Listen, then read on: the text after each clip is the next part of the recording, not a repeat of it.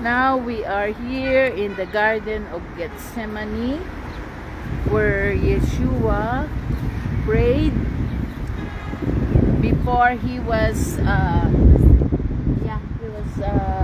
taken by the Pharisees and the Sadducees.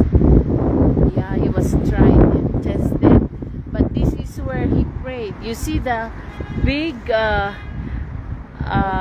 olive tree that's thousands of years for sure. That tree over there,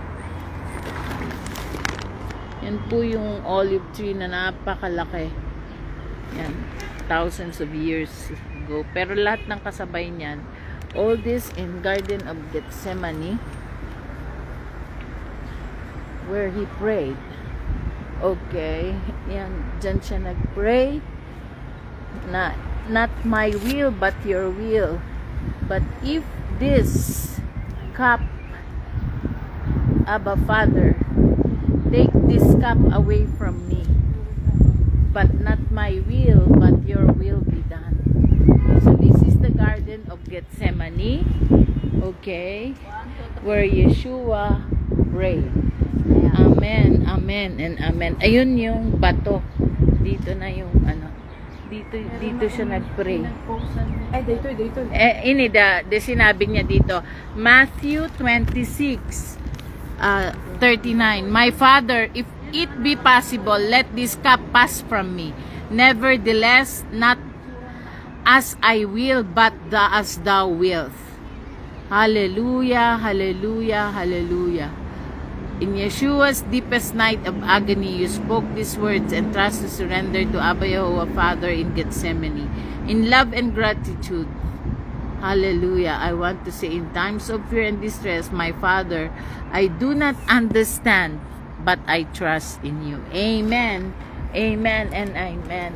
We do not understand what is happening, Abba Father, but let your will be done. Amen, amen. And we thank you that we are here in this place right now. We thank you that as we sabay natin lahat yung kamay natin, pag sabay-sabay natin, lagay natin dyan siya nagpray na bato.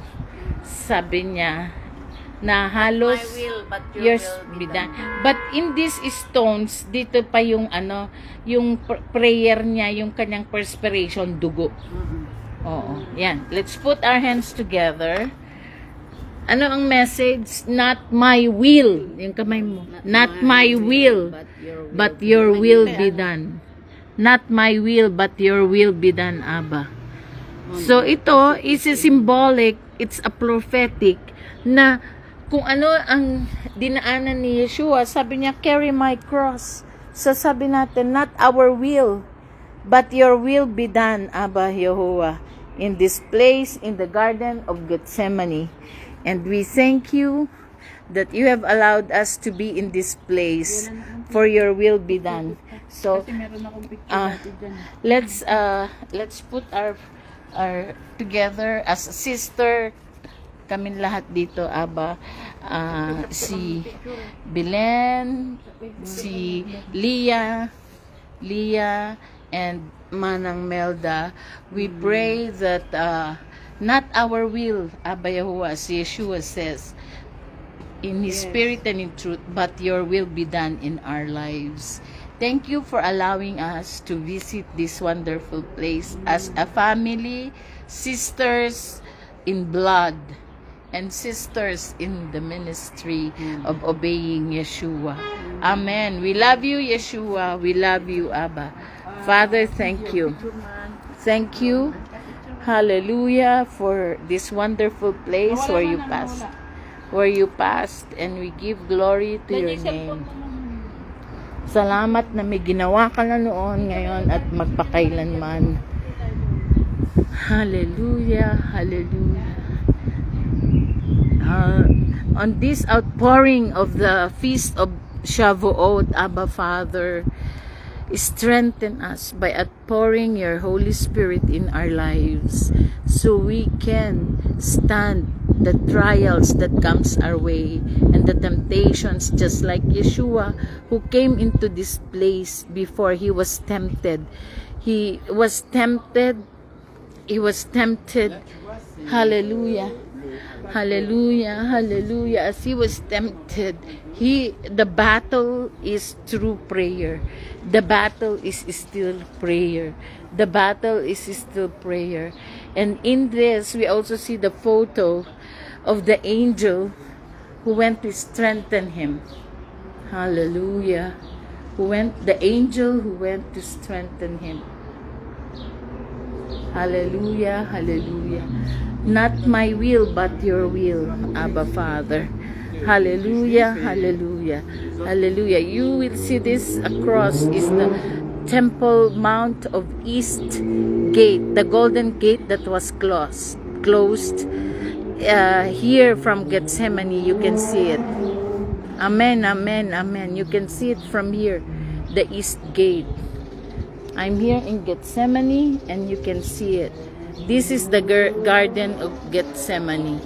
Amen, amen, amen. When Yeshua was tempted, he came to pray, and he said, not my will, Abba Father, but thy will be done.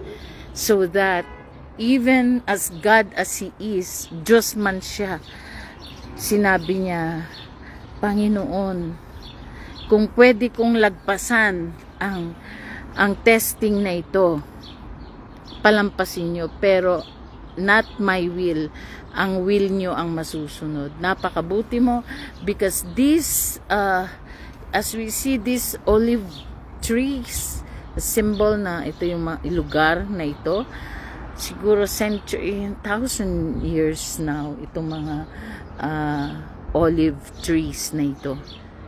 Hallelujah. Thank you, Abba Father, that for the privilege to come to this place in such a time as this, in preparation po para po sa Feast of Pentecost, sa pagbibigay ng outpouring ng Holy Spirit at pagtanggap ng 10 commandments, the commandments that Abba has given us to obey. May you prepare our hearts na sa pagpasok ng outpouring ng yung Holy Spirit, ready ang aming puso, isipan, kaluluwa, ang aming physical na katawan sa pagtanggap sa outpouring ng Holy Spirit in our lives. At napakabuti mo na ngayong piyesta ng Pentecost, nandito kami sa Jerusalem, kung saan ang milagro mo ay binigay mo sa mga disipulo mo ni Yeshua. After ascension of 50 days, hintayin nyo ang banal na Espiritu, na ang banal na Espiritu, the Holy Spirit, will come to be your comforter and your guide. Apart from the Holy Spirit, Ruach HaKodesh in our lives, we cannot do anything. So in these trying and testing times of the 7 years of tribulation, 2023 to 2030, let your Holy Spirit fill us, just like the bride, the 10 virgins who filled us for in filling the Holy Spirit in our lives.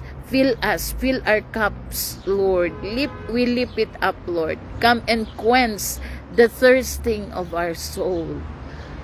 Holy Spirit, come and quench the Spirit in our souls from now on and forevermore. Bo Ruach Elohim. Come, Holy Spirit, come. All for the will and glory to Abba Yahuwah.